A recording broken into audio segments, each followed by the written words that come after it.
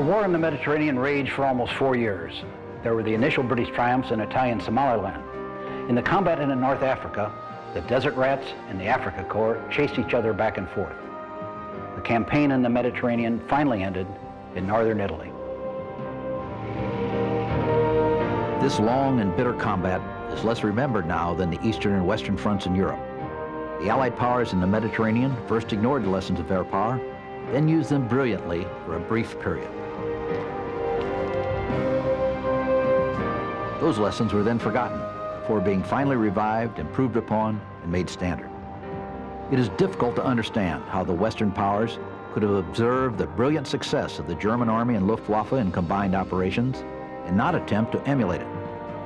Yet it was not until mid-1942 that a formal attempt was made to coordinate Army and Air Force activities as the Germans did.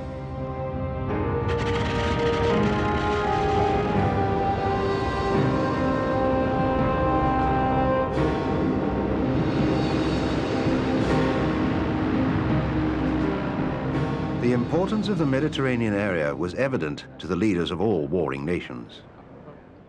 Churchill would have preferred to fight the entire war there, pecking round its edges to reach what he called the soft underbelly of Europe. That way, he would have avoided an invasion that for the third time would place the British Army in combat with the Germans in France. Hitler placed less importance on the area, but he did have grandiose ideas about using Egypt as a jumping-off spot for an invasion of the Middle East. In sheer size, the Mediterranean theater was larger than the Russian front. It extended 2,200 miles from Gibraltar to the Suez Canal. It averaged 500 miles in width. In its own way, it could be as inhospitable as Russia, with long seasons of blazing heat and sandstorms instead of driving snow. Russia and the Mediterranean had many things in common. One was mud. Torrential rains in Africa could turn the ground into muddy swamps that were even more difficult to cover than the Russian bogs. Another similarity was the dependence on tenuous supply lines. In Russia, the German lifeline was the railroad. That was subject to constant guerrilla attacks and had to be supplemented by airlift. In North Africa, the Germans depended on ships rather than trains. They used cargo aircraft to a greater degree than in Russia.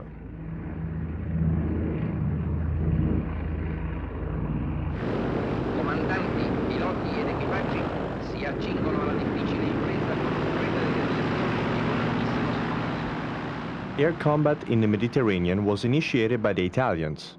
They made the first of many attacks on Malta on June 11, 1940. Immediately after the declaration of war.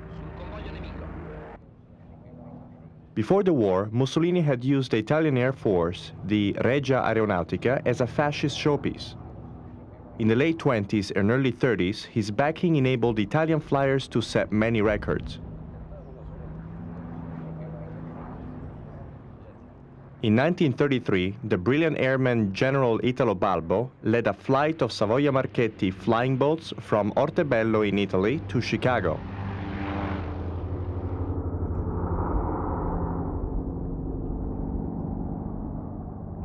In 1934, Lieutenant Francesco Agello flew his Macchi Castoldi seaplane to a world record speed of 440 miles an hour. At the beginning of the war, the Regia Aeronautica had 1,800 first-line aircraft. More than half were bombers. Most of those were the three-engine Savoia Marchetti Sparrowhawks.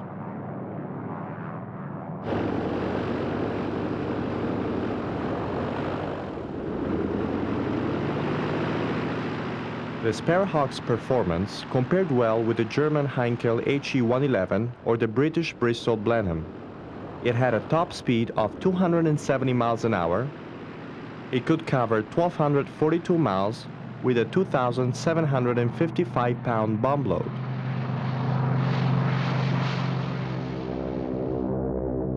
Its wood and fabric construction made it vulnerable to small-caliber shell fire. It flamed readily. But the pilots loved its maneuverability, and it was easy to maintain. Its major uses were as a level bomber and as a close support plane. But the Sparrowhawk was probably the best torpedo bomber of the war in any air force.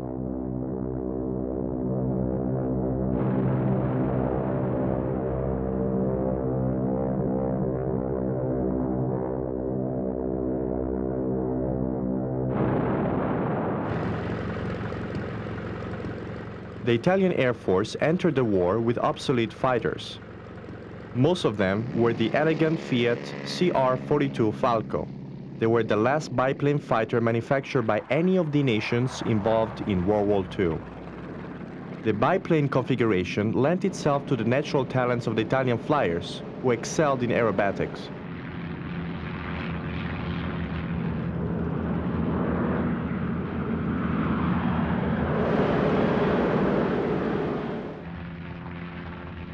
The CR-42s were so maneuverable that British Hurricane pilots had to adopt the tactic of avoiding dogfights and using dives and zooms to gain the advantage.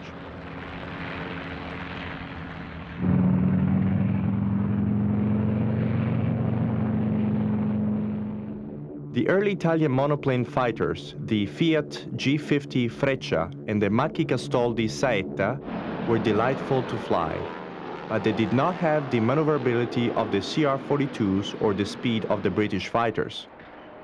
Italy had no powerful modern engine to place in its fighters. Later, when German engines were fitted, the story was different.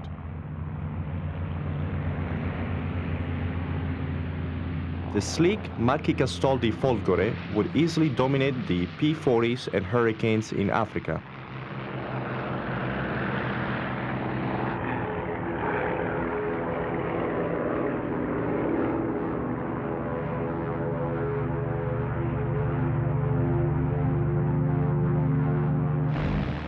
Later versions of these fighters were equivalent in most respects to the Focke-Wulf FW-190 or the North American Mustang.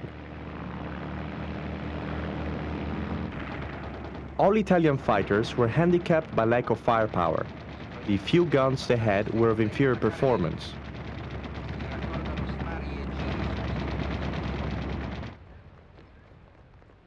Overall, the Italian Air Force was deficient in quantity and serviceability.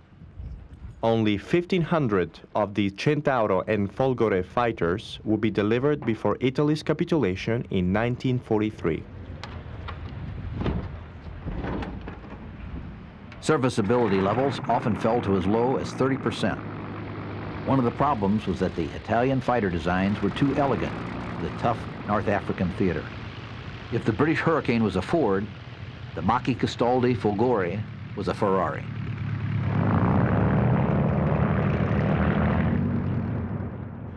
Italy had long experience in North Africa, but Air Force maintenance personnel failed to provide such basic necessities as tropical filters to keep the delicate engines running.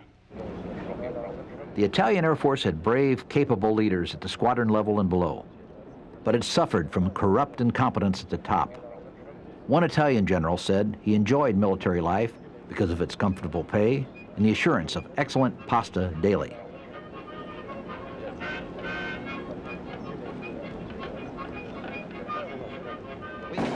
There was a total lack of foresight in everything, from basic strategy to procurement, logistics, and training.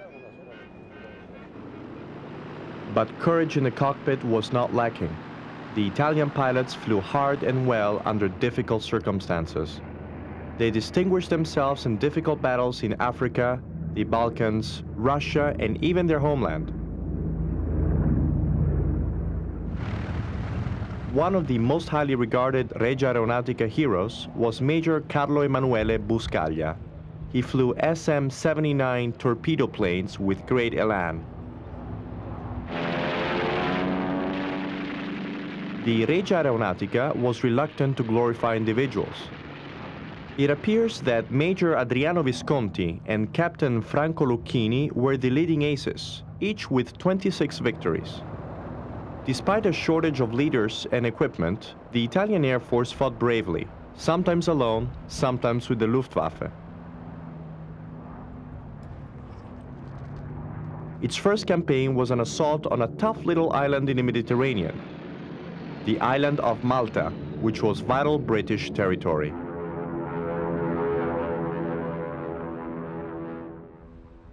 One of the great myths of the war is that 3 ancient Gloucester Sea Gladiator biplanes named Faith, Hope and Charity held out alone against the full might of Mussolini's air force.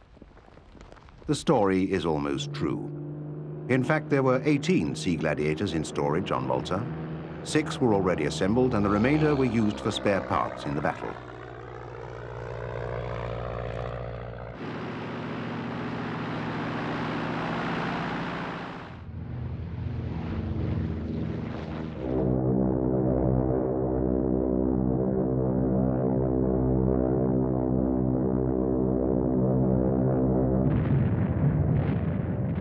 In the autumn of 1940, following the fall of France, the Italian attacks on Malta diminished.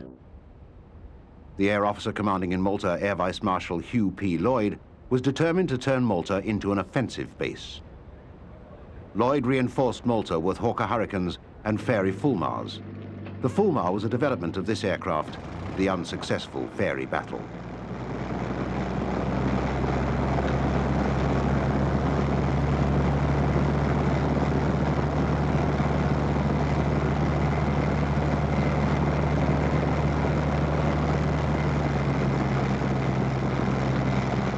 Next, he brought in Martin Maryland reconnaissance aircraft, Vickers Wellington bombers, and Short Sunderland flying boats.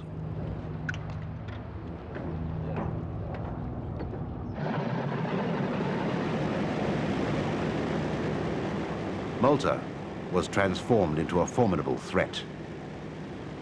The Wellingtons began attacking targets as far away as Tripoli and Albania.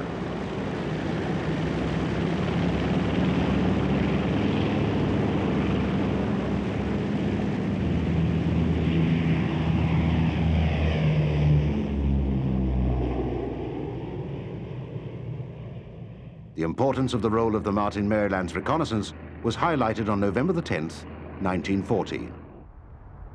They reported that a large Italian naval fleet was in Taranto harbor in southern Italy.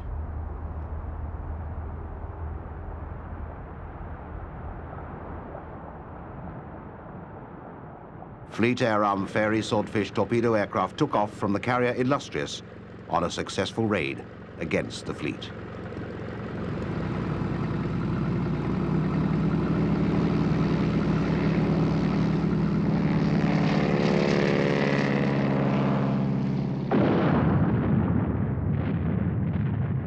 The Italians appealed to the Luftwaffe for help against Lloyd's aggressive tactics.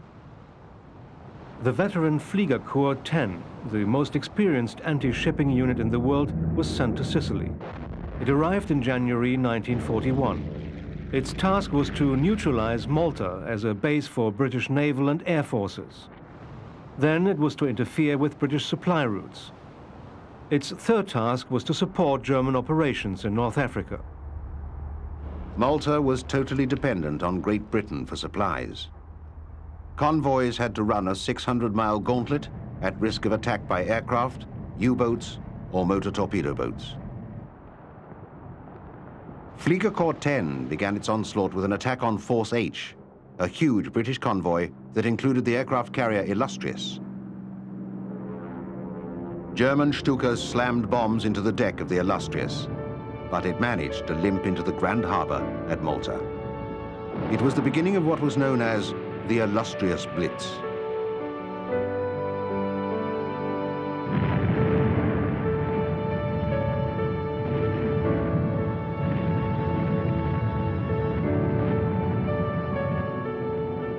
There were 4 attempts to resupply Malta by convoys from January through March 1941. Most were thwarted by the Germans, and only 26,000 tons of supplies reached port. Then, for the next 3 months, nothing came through. The fighter force on Malta was replenished by flying land-based aircraft off carriers stationed just outside the range of Axis bombers. But the Germans would attack British aircraft as soon as they landed. They hammered Malta every day. They established air superiority and bombed docks and airfields repeatedly. the German forces based on Sicily had an advantage. Because they were so close to Malta, radar warning came too late for the RAF defenders to gain altitude.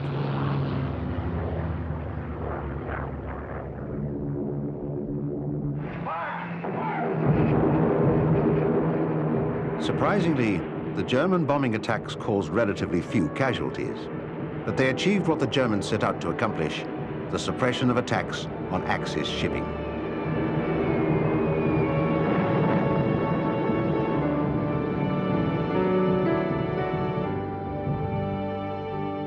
British losses were heavy, as high as 25% for sustained periods. Replacement pilots were thrust into battle without any chance of acclimatizing themselves to conditions on Malta.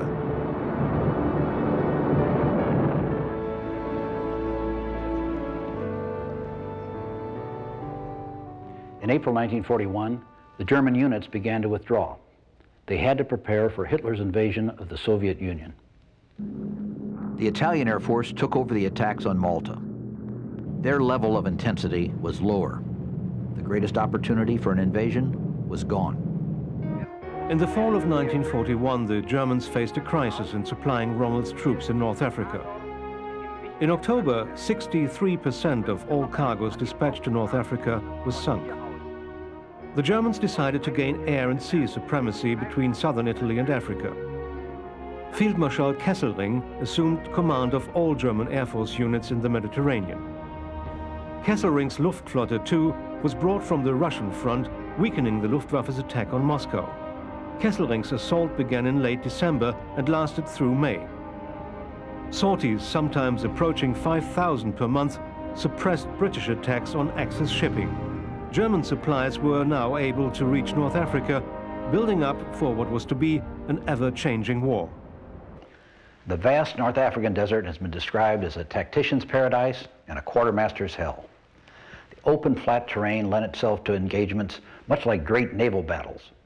But the long distances and harsh climate made sustaining units in combat very difficult. The series of 5 campaigns in the desert has been described as a battle of the airfields.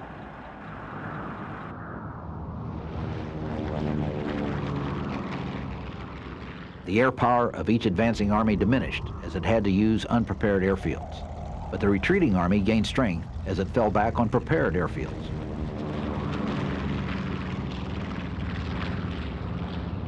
The first British success in the Western Desert began in November 1940. Operation Compass turned into an offensive that rolled the Italians all the way out of Libya.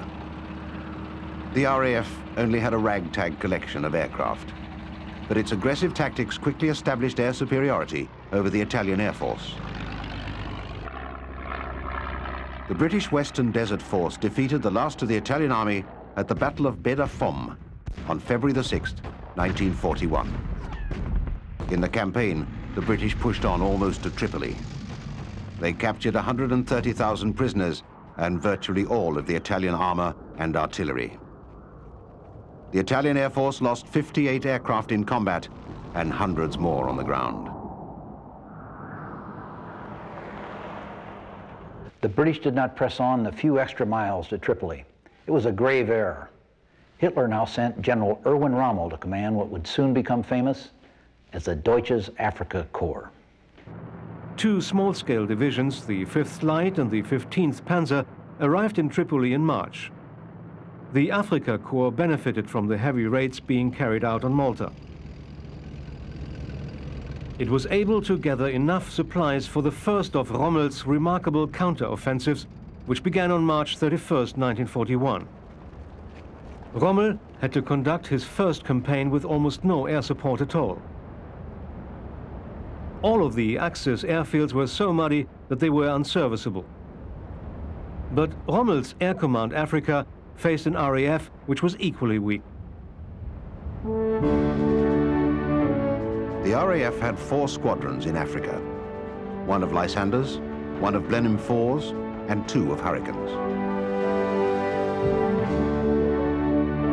The RAF force was gradually built up, but with difficulty. The route for British reinforcements was agonizing. Aircraft was sent by ship. They traveled around the Cape of Good Hope and through the Red Sea to Egypt. It took 70 days. A flying route was established from Takoradi in West Africa, but that was a 3,700-mile journey that exhausted the crews. Over 90% of the aircraft made it through, but on arrival they needed immediate overhaul and repair.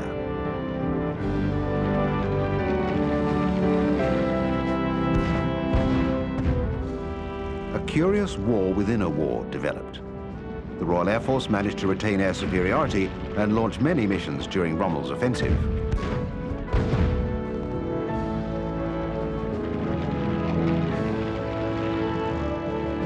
But it was unable to prevent the Germans from using their expertise in air, armor, and anti-tank guns to pry open the British defenses. The British Army was simply unable to cope with the Afrika Korps' slashing tactics.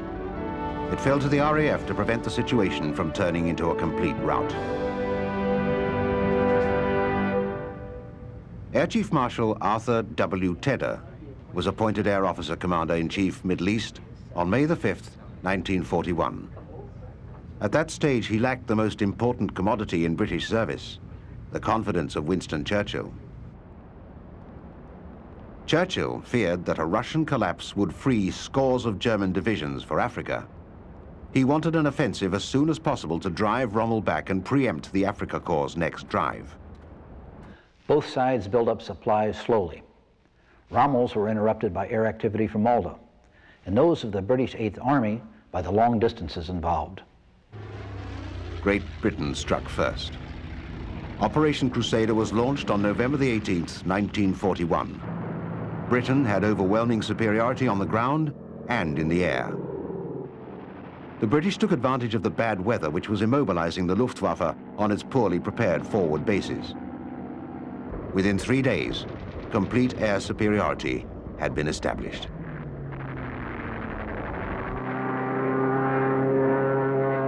After some initial setbacks, the British rolled the Afrika Korps all the way back to El Agheila, where the Germans had started out 8 months before.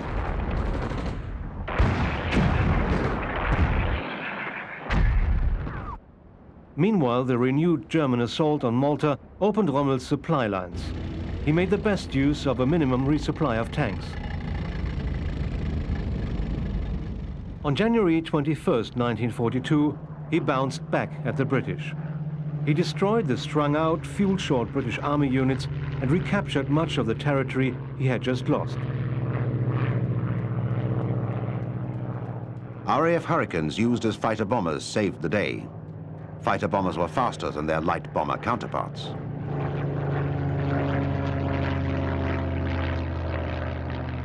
The Hurricane 1 pointed the way for Hurricane 2s and Typhoons and Thunderbolts. They would carry far heavier armament loads and only a little while later would devastate the enemy.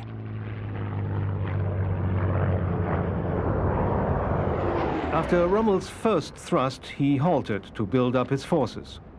Opening the port at Benghazi gave him extra supplies. This allowed him to thrust forward again on May 26. It was the beginning of a triumphant march which seemed to confirm the end of the British Empire.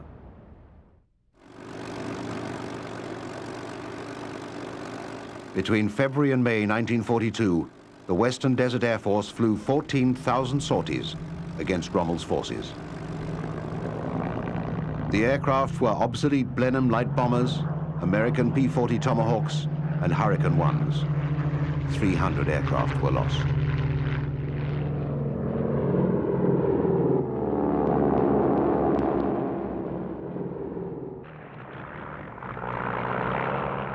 The Luftwaffe had a trump card. 120 excellent Messerschmitt Bf 109F fighters, clearly superior to anything the British had.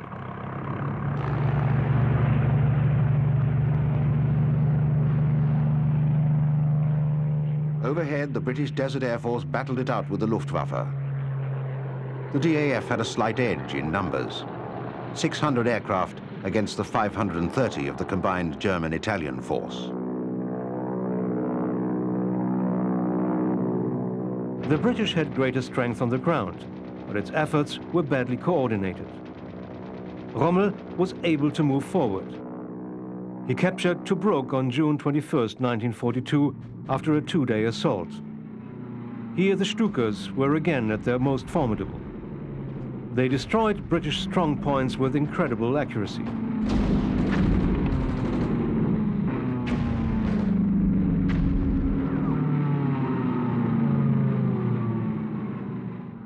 Rommel was more pleased with the supplies he captured at Tobruk than he was by his promotion to Field Marshal.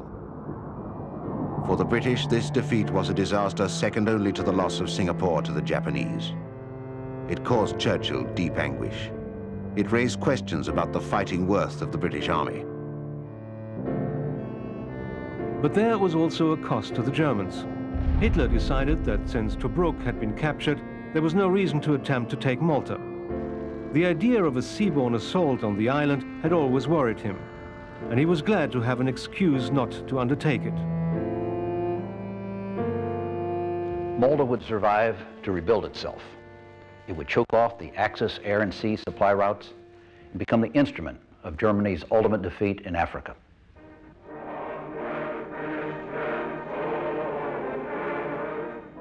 Also, the British defeat would give Churchill further weapons in his argument for an Allied invasion of Africa in 1942.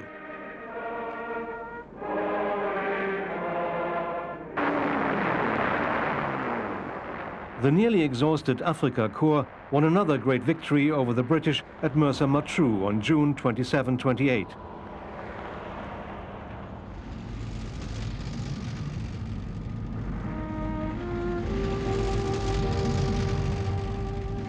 Then it drove on to fight the First Battle of El Alamein. Its strength was now reduced to 40 tanks.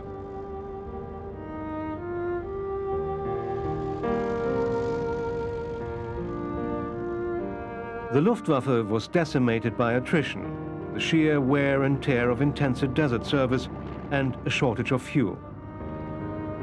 There were still 290 Luftwaffe aircraft available, but their mechanics, the Blackbirds, could not create spare parts out of the hot desert air or pump aviation gasoline from the barren desert sand. Rommel decided to fight the Battle of El Alamein with a vastly diminished air force. In contrast, the British Desert Air Force threw every aircraft it could gather into the fray. In the first week of the battle, it flew almost 5,500 sorties.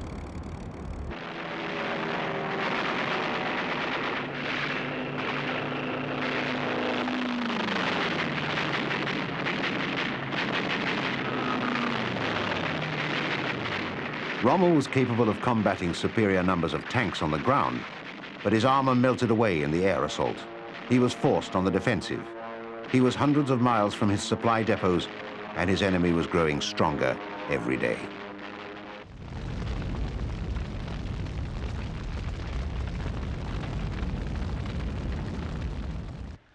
A waiting game began.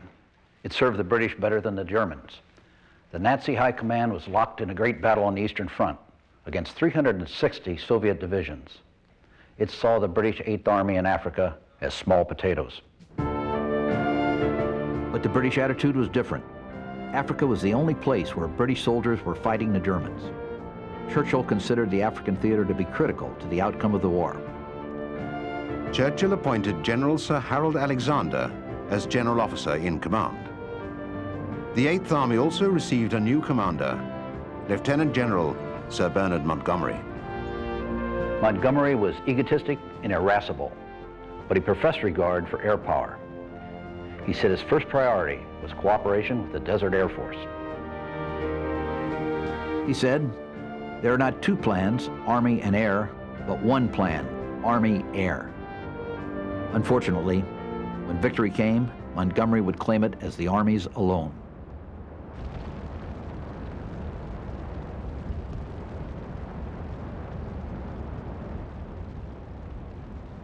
August 1942 became the turning point in the Egyptian desert for the Afrika Korps. Alam Halfa was a key hill in the British defenses. It was there that Rommel, the Desert Fox, made his last desperate attempt to win a decision in the Western Desert and march to Cairo. Rommel knew that his inferiority in numbers and supply ruled out a defensive war. He gambled one more time on the offensive. British ultra-intelligence revealed the date Rommel intended to begin his offensive, August the 30th. Ultra also pinpointed Rommel's convoys, depriving him of as much as 80% of his supplies and 40% of his fuel. Alerted by Ultra, the British began a day and night bombing operation on August the 21st. They secured almost complete command of the air with 22 squadrons of fighters.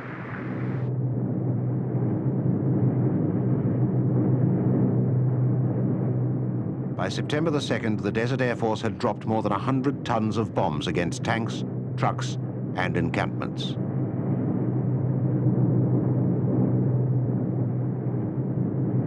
They devastated the morale of Rommel's troops. The DAF used American-built bombers, Martin Baltimores, Douglas Bostons, and a US AAF squadron of B-25 Mitchells. The German Stukas, once so formidable, had now to jettison their bombs to escape the swarming Allied fighters.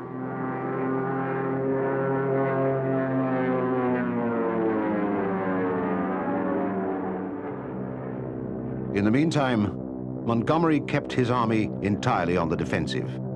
He didn't expose his tanks to the threat of Rommel's counterstrokes. It was a pivotal battle for the British Army. From this time forward, it would never be denied air superiority by the Allied air forces. And its expertise in the art of close air support would continue to improve.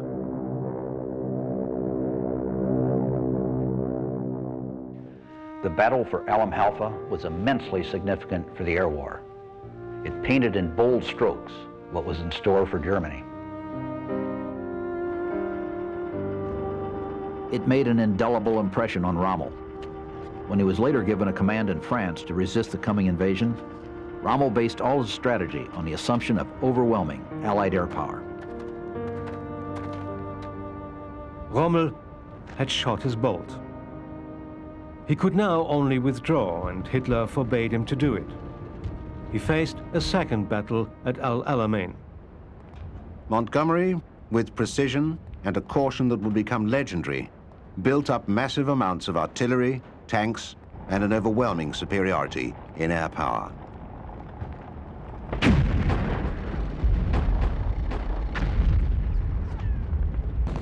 A blizzard of air attacks raged from October 23rd to November the 4th. The Allies flew 4 times as many sorties as the Axis. The German Stukas were of little use in a defensive mode. The Axis air forces were overwhelmed. The British 8th Army broke Rommel, but despite his losses, his lack of air cover and shortage of fuel and vehicles, he conducted a masterly retreat. Montgomery seemed paralyzed by his victory. He was unable to follow up in the famous desert rat style of the past. At the same time, his uncontrollable ego took over. He took full credit for the victory over Rommel. This started a breakdown in the warm relations he'd had with the air commanders. They were distressed by Montgomery's unwillingness to pursue Rommel. They set up improvised airfields far behind the retreating Afrika Korps and conducted virtual guerrilla operations against the long lines of fleeing Axis vehicles.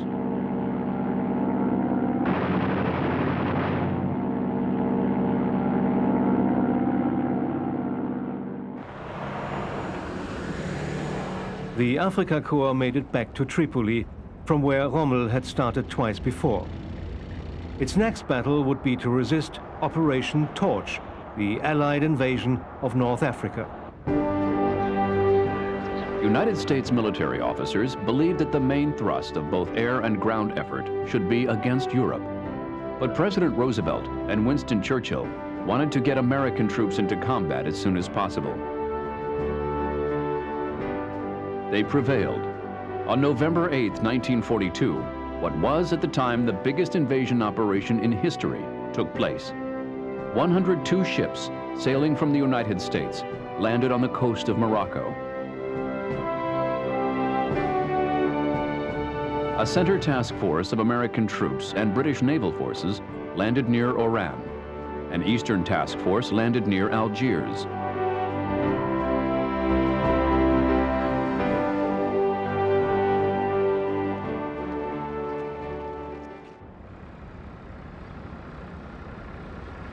Germany aggressively seized a defensive line in Tunisia. It began pouring in equipment, aircraft and manpower. The buildup of forces would include 250,000 soldiers and the latest weapons, including brand new Tiger tanks. Most of the lessons on close air support, learned at great cost in the Western Desert, were ignored in the opening stages of Operation Torch. There were conflicts within both the RAF and the USAAF. There were also conflicts between the two air forces, and the physical separation of their headquarters prevented any effective cooperation.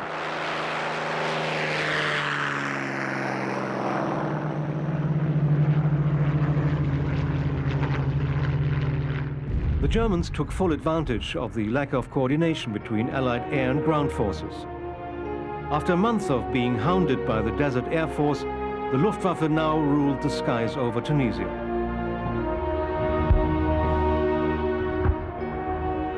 Air superiority for the Germans was not gained by weight of numbers, but by superior aircraft. The Allies still had nothing to match the Bf-109F and the Bf-109G, and the Germans also had the advantage of hard surface airfields. After Rommel's successful retreat from El Alamein, the Germans were able to concentrate their forces in Tunisia. The Axis forces in North Africa now had shortened supply lines. Their priority in the overall war effort was increased. On the Allied side, Tedder was put in charge of the Mediterranean Air Command. Under him was the American Major General Carl Spaatz. Jimmy Doolittle commanded the Northwest African Strategic Air Force. The RAF veteran Conyngham was given the Northwest Africa Tactical Air Force.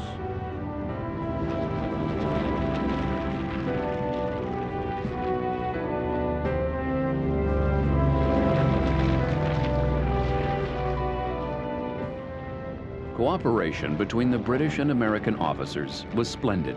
The new arrangements swept away past difficulties of personality and bureaucracy. Doolittle's Strategic Air Force had American heavy bombers and British Wellingtons. Coningham's Tactical Air Force drew from the American 12th Air Force and the British Desert Air Force. The great changes in attitude and approach of the Allied forces would have tremendous bearing on the Battle of the Mareth Line. The Mareth Line had been built by the French as a defense against Italian invasion from Libya. It consisted of old-fashioned forts, tank obstacles, and artillery.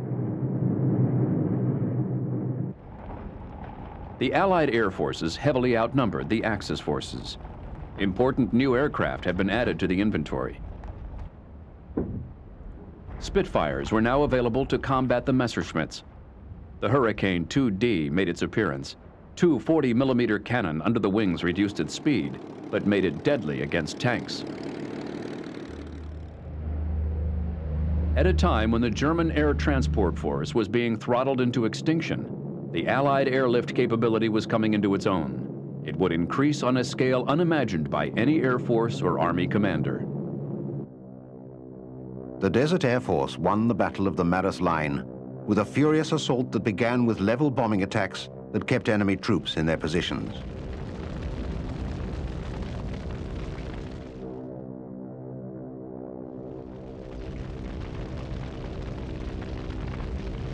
This was followed by continuous flights of fighter bombers that sought out the German anti-tank teams and destroyed them.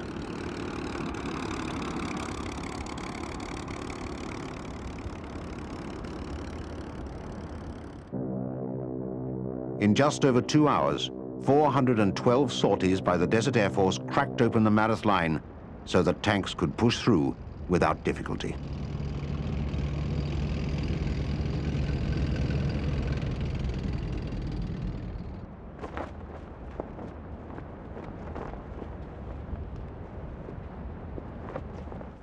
From this point on, the fate of the Axis troops in Tunisia was sealed. Yet the Germans continued attempting to resupply on a lavish scale.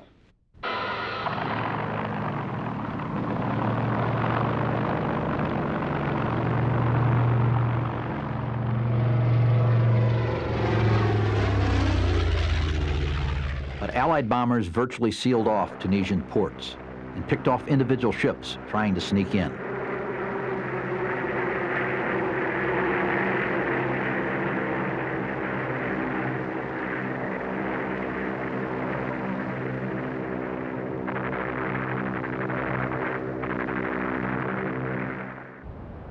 The Luftwaffe tried to pick up the slack by making 150 sorties a day in both the standard Junkers Ju-52 and the new 6-engined Messerschmitt Me-323 Gigant, a mammoth converted glider that could carry 10 tons of fuel.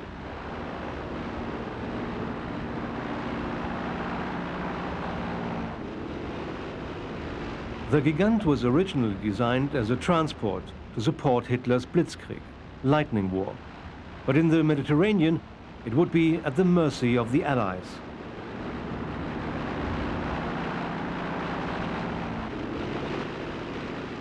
The Allied forces responded with 4 separate massive victories in the air.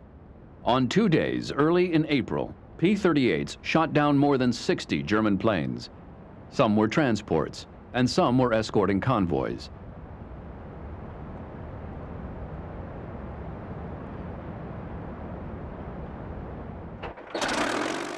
Then on April 18th, the famous Palm Sunday massacre occurred.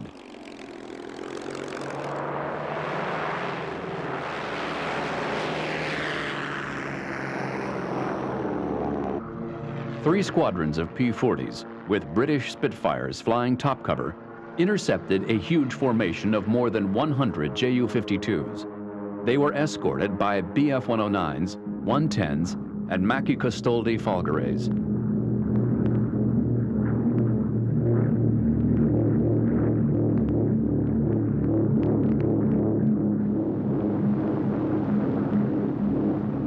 "78 Axis aircraft were shot down. 51 of them were transports. The Allies lost 7 aircraft.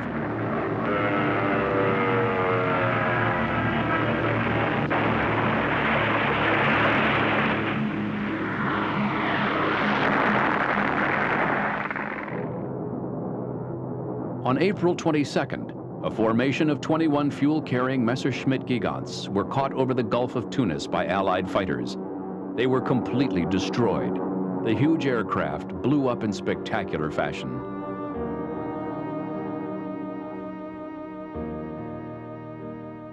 In 17 days, Axis transport losses reached a total of 435. The losses came after the German disaster in Stalingrad. The Luftwaffe's transport strength in aircraft and crews was destroyed. The Tunisian fighting ended on May 13th, 1943. The Axis defeat was as great as at Stalingrad. 250,000 prisoners were taken. From this point on, Allied air power would reign supreme. It would meet only token resistance through the invasions of Sicily, Italy, and southern France.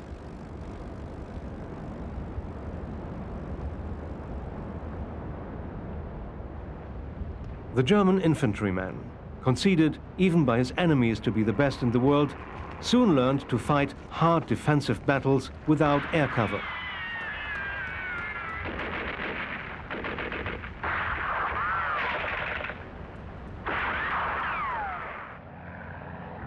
The fighting in the Mediterranean theater had seen the introduction of several important new American aircraft into the combat. The Lockheed P-38 Lightning proved to be highly versatile. It was used for long-range escort, reconnaissance, and ground attack. The Lightning was never to be the success in the European theater that it became in the Pacific, but it was a valuable commodity in the desert. The Bell P-39 was valuable in the ground attack role, but it had to be escorted because it could not hold its own against enemy fighters. Among the bombers, the North American B-25 demonstrated that it was a workhorse.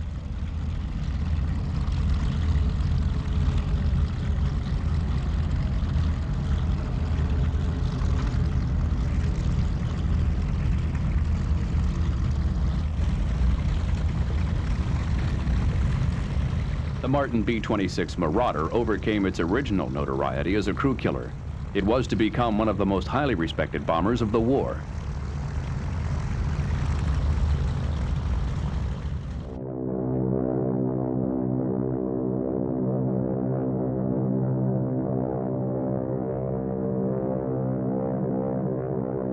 The effectiveness of the new Allied generation of fighter bombers was enhanced by a new communications system.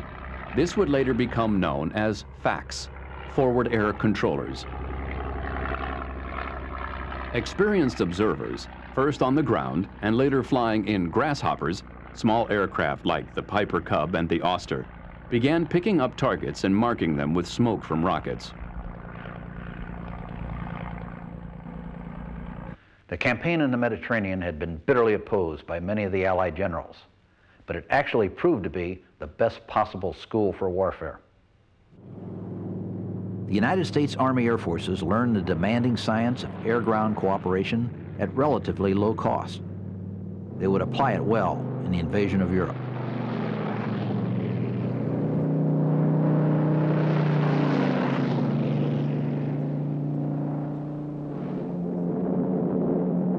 The lessons learned were incorporated into a new field manual. It was published on July 21st, 1943. It would govern the great air armies that would demolish Hitler's fortress Europe. Field Manual 100-20 stated that land power and air power are co-equal and interdependent forces.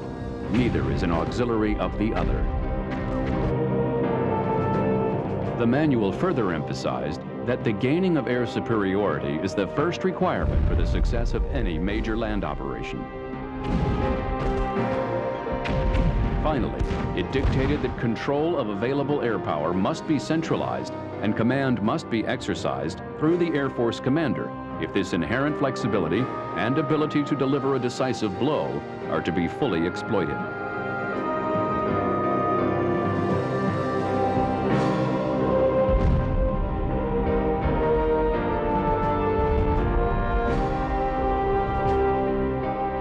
The Germans believed this. The Russians had learned it the hard way, but the Allied forces would exploit it to a degree never before achieved.